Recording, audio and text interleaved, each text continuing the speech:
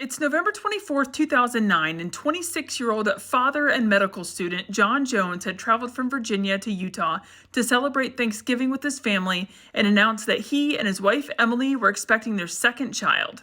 While in town, John and his younger brother Josh were really looking forward to meeting up with a group of friends and go cave exploring at a local spot called Nutty Putty Cave. Nutty Putty Cave was discovered in 1960 and is a 1,400-foot long cave which goes 100 feet down into the earth and is uniquely challenging because of its many tunnels, tight passages, twists, and turns. It got its name because of the clay that oozes from the walls resembles silly putty, and in fact it was named Silly Putty but then later renamed to Nutty Putty Cave. The cave was a super popular attraction spot to the cave community, Boy Scouts, and tourists, getting as many as 25,000 visitors a year. There were many challenging areas of Nutty Putty Cave.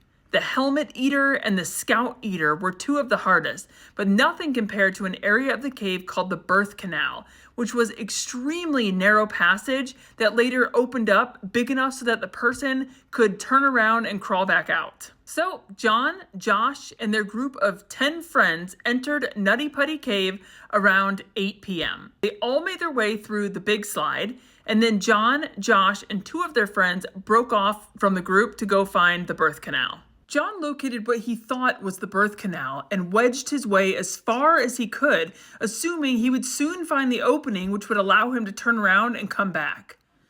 The problem is, John wasn't in the birth canal. He had found an unmarked, unnamed passage. Still thinking he'd be able to turn around, he sucked his chest in and crawled headfirst into this tiny space, putting his body at a 70-degree angle. As a result, he got stuck. His little brother Josh saw what happened and tried to pull John out by his calves, but it was so incredibly narrow he had no luck and decided to call for help. It was already late in the evening and they were 100 feet underground, so by the time rescuers arrived, John had already been stuck head down for hours. John was so polite and thanked each of the rescuers as they arrived to help. And they took turns reassuring him that they would save him. They even let John speak to his wife, Emily, who also encouraged him to keep fighting. Eventually, the rescue team decided a pulley system would be the best way to free John. But by the time the pulley system was ready, John had been hanging upside down for 19 hours.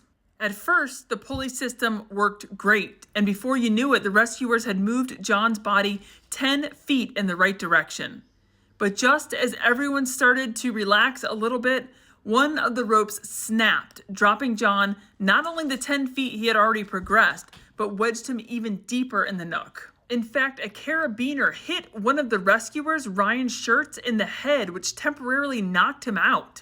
Ryan's father, Dave Schertz, then climbed in, but retreated when he felt himself getting stuck. Once out of the cave, Dave Schertz told Utah County Sheriff, quote, "He's dying right now. He has a heartbeat, but he had difficulty breathing before I got there. You can't get someone down there before he dies." Rescuers tried drilling away pieces of the cave and even considered breaking John's legs to help get him out, but they were unsuccessful with drilling and afraid John's body would go into shock and die if they tried to break his legs.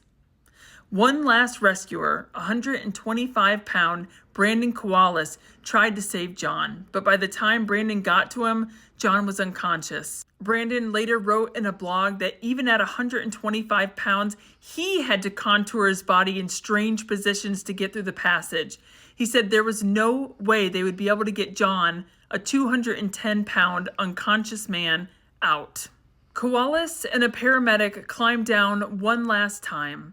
The paramedic handed Koalas a pair of stethoscopes and told him to listen for any signs of life.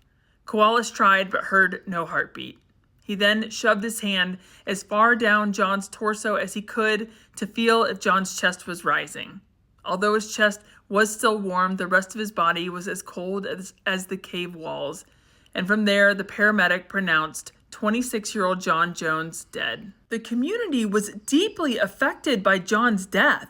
The news had been broadcasting the rescue attempt for 27 hours straight, and 137 local people had aided in the attempt of his rescue. As it turns out, Nutty Putty Cave was closed in 2006 after 6 people got stuck in the birth canal. Thankfully, all of those folks made it out, but it was deemed unsafe. What's so sad is it reopened in May 2009, just 6 months before John's death, after a cave management team had been put into place. When it was announced that not even John's body could be retrieved, the sheriff's office decided to permanently close Nutty Putty Cave. On December 9, 2009, Nutty Putty was cemented shut.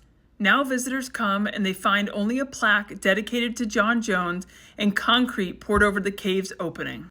After John's death, Emily ended up going back to Virginia, but was kicked out of the student housing after John had passed. She said the first year after John died was a complete mess. But a year and a half later, Emily started to date her younger brother's roommate, a man named Donovan Sanchez. In August of 2012, almost 3 years after John's death, Emily and Donovan were married. Not only did Emily have the love and support of John's family, John's dad actually walked her down the aisle, while her dad officiated the wedding. Emily and Donovan are happily married, raising John's daughter, the baby Emily was pregnant with when John died, and they've had a 3rd child together.